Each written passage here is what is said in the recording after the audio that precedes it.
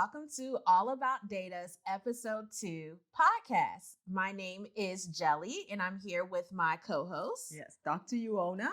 So, Dr. Uona and I are going to talk about a topic that's near and dear to our heart, being both educators in high school as well at the collegiate level, and that's going to be about data literacy. Data literacy. Okay, so recently, this topic has came up in a lot of our conferences that we attend. We just attended a data camp conference last week called Radar. It was an awesome conference, and there were several sessions on data literacy. Like 50% of them were focused on data literacy. Exactly. And so we have also seen that on e-learning platforms such as LinkedIn Learning, Udemy, Coursera, in addition to Data Camp, that a lot of people have the training of data literacy.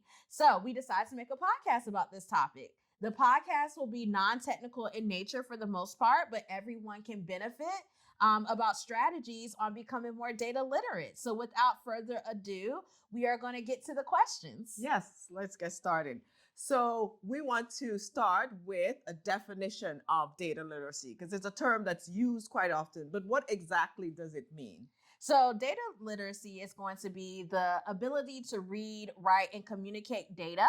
And then from that data, be able to make data-driven decisions. Yes, right. So just like you have literacy for reading and writing, there's literacy for data. And so it's important that everybody has some form of data literacy. Exactly. And so it's important for Dr. Uona and I to tell you, you don't have to be in a data role to be data literate, right? So you don't have to be a data engineer or a data scientist or even a data analyst. Everyone in their own role should become data literate, right? And there's a spectrum, whether there's novice data literacy all the way to an expert level of data literacy. And maybe some of those technical roles will fall into that expert range. Right. But we're going to talk about how everyone can become data literate. Okay. So now since we know what data literacy is, Dr. Uona, can you talk about some statistics around data literacy? Yes, I love the statistics, right?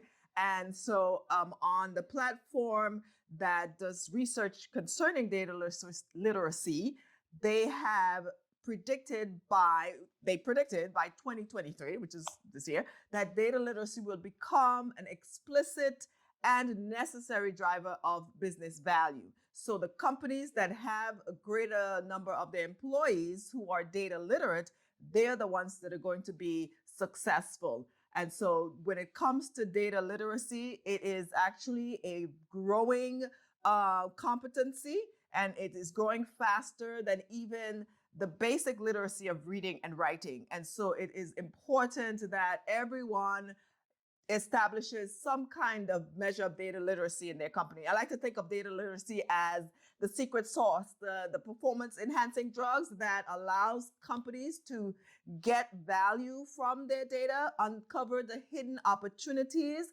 and drive the business success, essentially. So without data literacy, you'll have major issues in your organization. Yeah, and definitely agree. I know everybody's interested, especially if you're new into data science or data analytics, about their resumes, right? And it used to be back in the day, we had a list of skills, and it was all like teamwork, collaboration, written skills, verbal communication skills. Right. And as Dr. Uona just said, now to add to that resume, it's going to be data literacy, because data literacy is growing faster than those written and verbal communication skills. It's becoming one of the top requirements, even for non-technical roles. You have to have some measure of data literacy because data is everywhere. Yeah, so now since we have our definition and some good supporting statistics behind data literacy, now we can discuss actually who needs to be data literate. Who needs to be data literate, exactly. So I need to be data literate, Dr. Uona needs to be data literate, and you need to be data literate. Okay, that's right. So I'm going to use some examples across data literacy in multiple roles, and I'm going to purposely focus on non-technical roles, since technical roles is kind of obvious why we need to become data literate, right? So we talked about data bias in our previous podcast, which is going to be linked in the description below. Yes, and that was talking about how to become literate about the bias in your data. So what's in your data, what's not in your data, and definitely technical professionals need to understand what's in the data, what's not in the data, how the data was collected, and the value that they can bring to a business based off of their analytics, right? But you also have data literacy in these non-technical roles. So for an example, an admin assistant or even anybody in an administrative role currently, you can advise clients and customers on what data is actually needed and the proper format for that data. You also manage and create appointments at times and can see patterns on when the organizations have a lot of meetings, because maybe you're trying to plan a company outing or a knowledge session, and looking at the data and when the company is actually busy and when they have some downtime can help facilitate some of these trainings. And as well, you may receive tons of reports, either via email that you have to dig through and actually understand the data types, the data format, who should get this data, things of that nature, right? So outside of these admin roles, maybe you're in HR, right? Because human resources is a very important department. Exactly. And they probably use a lot more data because there is HR information systems now, such as Workday, right? Where they can dive into the data. And so especially for market research, right? Anytime when you're researching market data, you want to probably establish a fair hiring range, right? So you're going to need data to do that. You also can analyze data across your different roles in the organization to figure out what are people doing the most, right? Do I have somebody doing assistant across all departments, and can I streamline those type of job responsibilities? And data is going to help you there. And going left field, maybe you're an athletic coach, right? And you also need data because they're constantly capturing the performance. Exactly. Sports analytics is up here, right? Capturing performance and physiological data, right, on players and prospective players. And they need a way to visualize these metrics on who they can scout and how they can best help their players on a team. So we use data in everything. Right? And being data literate gives you an extra lens by which you can see the world, because our interactions online, on our smartphones, everywhere, we are generating data. And so having that ability to make sense of the data, it's huge. It gives you a huge advantage. Yeah. And it's important to know that all of these examples that we use, they have that qualitative and quantitative data, right? So it's very important to know those two Q's, understand QQ, right? So quantitative being our numeric metrics that we actually do, such as sales and revenues and heart rate, if I'm looking at performance. And then that qualitative is that survey data, the text data, right? That you can also dig into to figure out people's opinions about your products, opinions about your own organization. Maybe you yourself have filled out some surveys about your working conditions, right? And it's up to the people to process and take in that data to make working conditions better for you. And understanding the difference, you know, the quantitative, I like to think of it as what we can measure, and then the qualitative is what we can count. It's just a basic way to be able to kind of immediately have a sense of the type of data. But there's a whole lot more to it. And, you know, beginning to understand that, it helps you to open up your eyes to see the value that might be in your data. Exactly. So now, since we have discussed a good definition, we got the importance with the statistics, right? That Dr. Yuona does very well in the statistics. And we have some case studies on how even non-technical people can become more data literate. Let's talk about, Dr. Yuona, how organizations can go about actually increasing the data literacy within their own organization. Yes, and I hope that you're getting a sense of how important it is, because we established what it is and what can happen when you have a data literate organization, right? And so you need to be able to have a strategy concerning your data. And that's where the roles of the CDO or the CDAO, the Chief Data Officer, or the Chief Data Analytic Officer, having those persons who are going to give you some kind of a roadmap for your data, so you're not just operating at random, is extremely important. And so when it comes to making your organizations more data literate, there's an acronym that I came across, and it spells INSIGHT.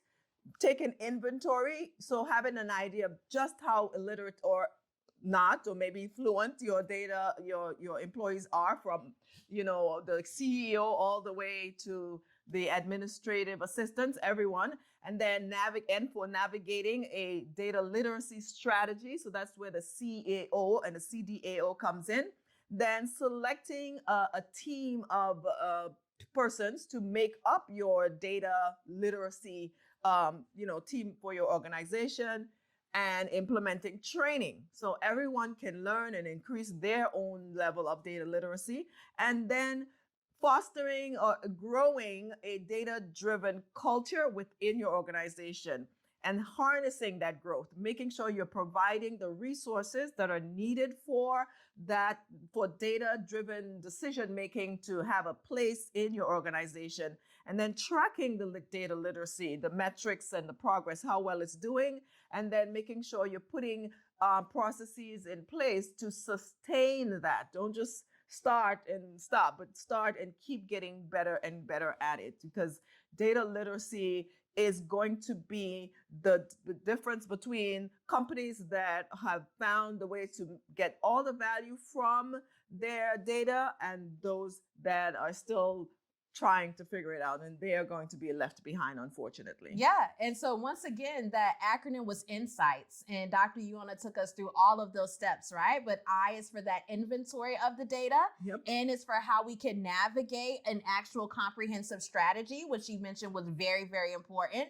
That next S is going to be selecting a team, Yep. whether it's a team of data stewards, data advocates, data evangelists, right? That can get together That's a new term we liked. we Yes. love to be data evangelists, right? That can really foster this data literacy across the organization. Mhm. That additional I is going to be implementation of training. G is going to be growing that data-driven culture. H is going to harness the collaboration and knowledge.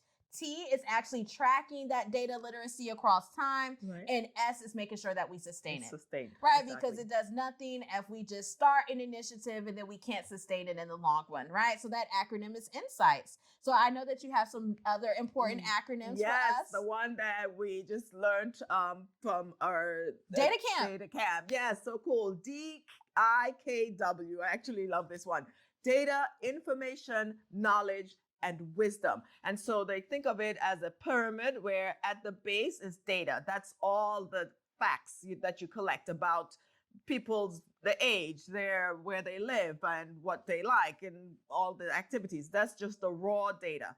And then the next level is information. So actually processing that data to get an understanding. So that's where the basic analytics come in, the statistics, finding what is the average and how it's distributed as far as the values are concerned, trying to get some patterns that may be existing in the data. And so from the data, we get insight. And then the next level, we have the knowledge. This is the context for your data, understanding how that data was collected, and then how does it apply to your business problem, and even how you can utilize that data. And then, of course, that brings you to the peak of the pyramid, which is the W. This is the wisdom, where now you're taking the knowledge that you've gained from the data and you're actually applying it in a useful manner, whether it's for achieving your business goals or meeting your customers' needs or helping you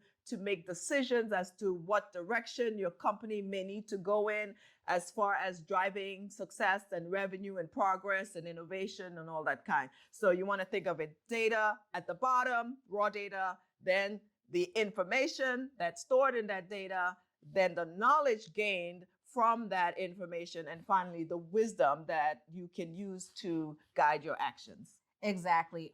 We love that acronym. So shout outs to, Data Camp for actually putting that in one of their trainings as well. Yes. And then the previous acronym of INSIGHT. So that's all how organizations can help their companies become more data literate, all the way from the frontline workers all the way to the senior leadership level. So you're maybe thinking, okay, that sounds great for the organizations and the large companies, but what about an individual? What about the person listening? How can they increase their own data literacy? Yeah, so you can do things now, even if your organization has not bought into this data mindset, right? Because we all need that data mindset to come out first. You can ask important questions in team meetings, like how do we utilize data currently in our organization? What data drove the project length time? Because maybe there's data that they looked at historically to say that this project should take 3 months, and you should ask about those things. What data is actually driving projects? What data is going into how we establish KPIs? So if you have key performance indicators and performance indicators, talk about what data is going to be used in those processes. Is it just going to be based on managerial feedback? Is there client feedback? How do we capture that data? How do we make sure the data isn't biased? Because when you're asking these important questions about what is the data and why, then it will encourage the organization to move towards having that data available to you, because they know that you're going to already ask the question, right? We talked a little bit about market research, right? So for those who are doing research on their competitors or research on other product offerings from your competitors, or how to even recruit talent, you need to make sure that you're paying attention to that research. When was the research conducted? Because was it even relevant, right? The job market looks really different in 2010. So if you're making all of your salary ranges off of a market research that happened in 2010, that's no longer relevant, right? So just looking at the time that the data was created in the research, right? As well as looking at the sample size. Dr. Yuona loves statistics, right? Big deal. Yes. And so sample size matters. So if your organization is coming with employee NPS survey, yes, employee information survey about how employees feel about the organization, and they're like, hey, like 90% of you guys are promoters. You love the work conditions, but only 5 of your colleagues filled out the survey. Right? Then you can think about, okay, so what was the sample size in that? Because maybe you can ask for an extension so that you too can fill out the survey, or maybe it will help you look at the data in a different lens, since the sample size was really small. So if you're doing any type of market research, or if your company is presenting research to you, what was the sample size and what was the questions that were actually asked, right? So that you can get the relevant and full picture of what's going on in the organization. As well as we talked a little bit about data reports and data visuals, right? So when you're getting these reports via email, maybe you have a quarterly report where people are sharing financial metrics. Maybe there are data visualizations that go along with that. Look at your axes. Is the y-axis starting at 0, or is it starting at 50 for some strange reason, right? And trying to give you the illusion that something is happening that's not really happening, right? Is it in a percent, right? Is it an actual data metric that's actually tracked on a daily basis, a weekly basis? So even trying to understand visuals, right, as well as these data reports, can also help you gain more data literacy as just an individual. Yes. And so it all starts with asking the right questions.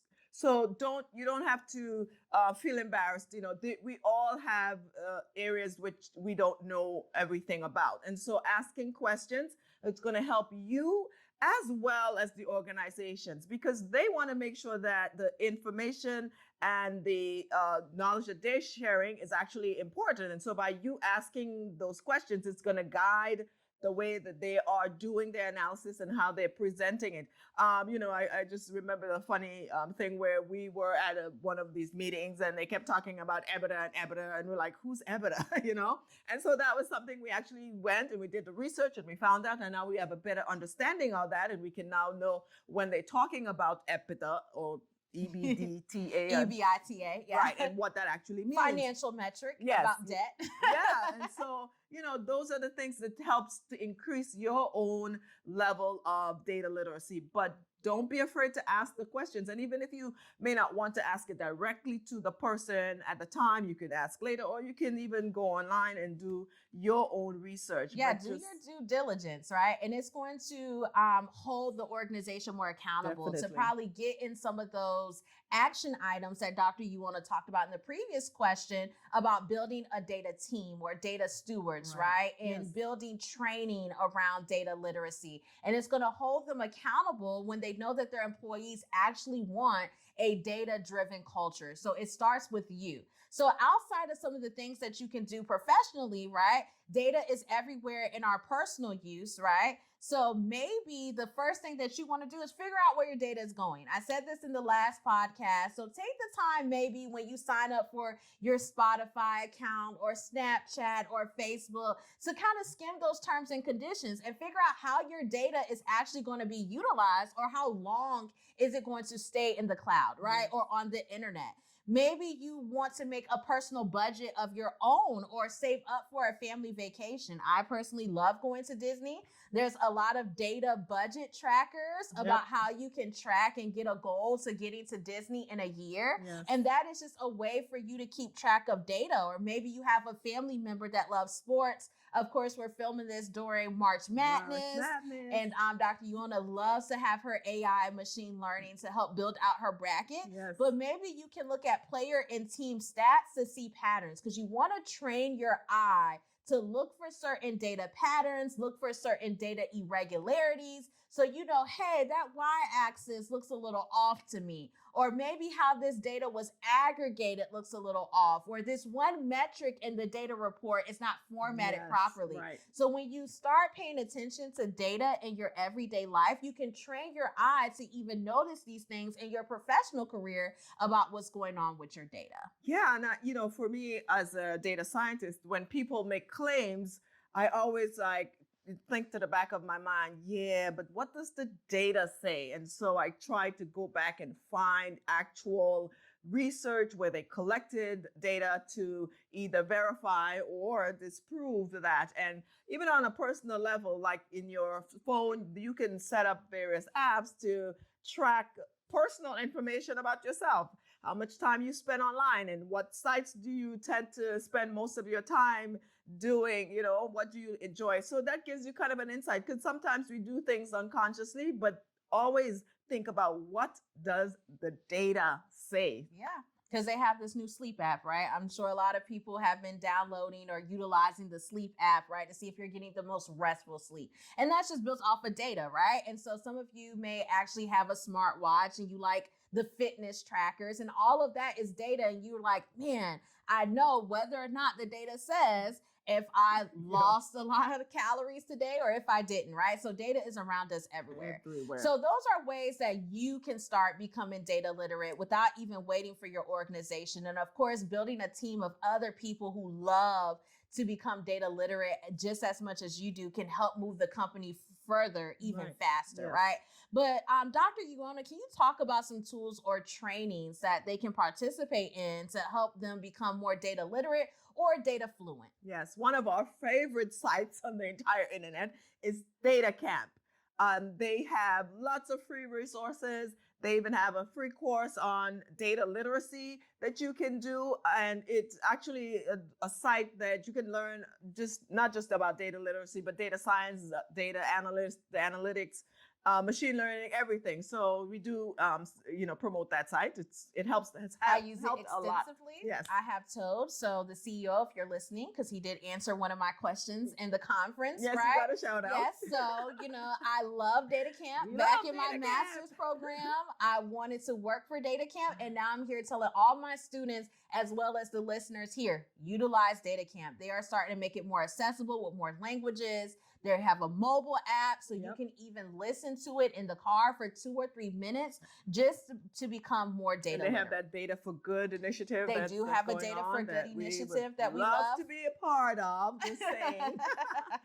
And also in that conference, we came across Jordan Morrow, and he is actually, he's already quite an expert in that area. He's written a few books. The latest one is Be Data Literate.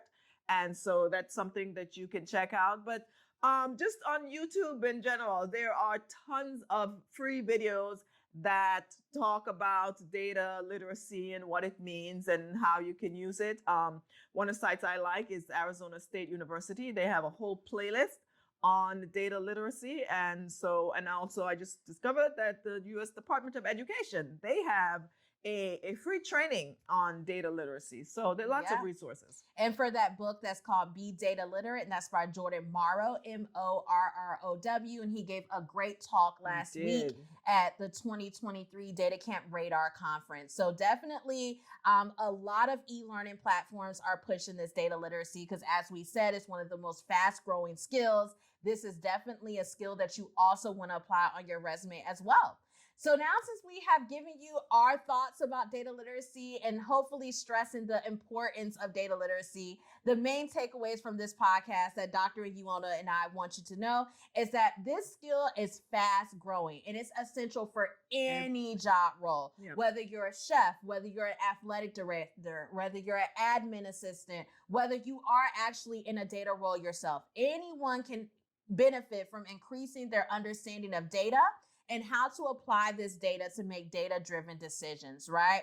Organizations can increase their company's data literacy by formulating a team that can help advocate for data literacy throughout the entire company, building out that data strategy, right? Because we don't want to just collect everything, right? We want a data strategy about what we're collecting, why we're collecting it, and then getting that wisdom that Dr. Yuona mentioned from the data itself, right? As well as assessing their own baseline data fluency level, right? And doing a little survey across the organization. Like, do you know what data we track? Do you know exactly how data is used in your performance eval? Do you know how data is used for our clients? And then if you can get a good baseline of where your company is, and that can help you formulate some training materials. Individuals can start now. You can start now by asking the right questions in these team meetings. Ask the why. Ask what is the data to prove this. Ask us where are we going next and why are we going there next, right? So you can hold the organization accountable by just asking the right questions. And in addition, you as an individual can start tracking where your own data is going. You can make that budget tracker. You can help save for a vacation. You can do something that's fun. And then for those who are thinking about going into data role, build a portfolio of that, right? Because that's going to get your foot in the door for a data role, right? Data literacy is more than just a tool. You can use Excel, you can use Google Sheets, you can use some of these apps on your phone, you can use some of these e-learning platforms. Data literacy is about gaining that knowledge about what is in the data and how can the data impact myself or impact the organization, and become that advocate. As we said, we love to coin that data evangelist term, right? Or you could be a data steward, or you could be a data mentor, or just a data advocate, right? But advocate for data being used within your company and in your organization. Yes, and I like to think of data literacy as, you know, having on a pair of specs. Without it, you have a limited vision. But with the data literacy, you can now see things that maybe others can't see, and that gives you an edge, an advantage. And so you want to make the most of that. And so you start with, from the level of, if you think about it like reading and writing, you have the basic, the alphabet of data literacy, and you increase that to where you can make words and sentences and paragraphs. So it's a spectrum. So we are all somewhere along that spectrum, and there's always some room for growth and improving our data literacy skills.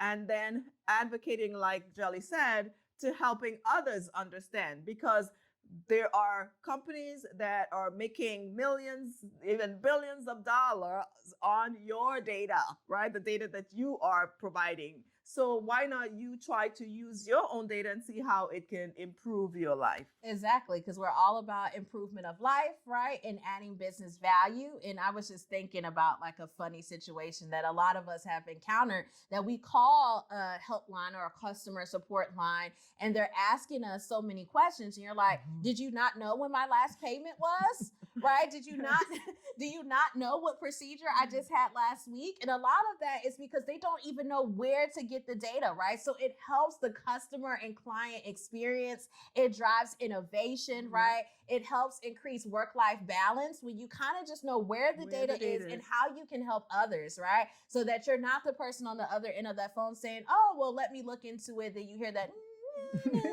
and it takes about 50 minutes when you're on the phone, right? So thank you all for tuning in to our second podcast. We're definitely going to link the first podcast below if you missed it about data bias. Stay tuned for our next podcast on all about data. So thank you so much. Thank you so much for joining us. See you Bye-bye. next time.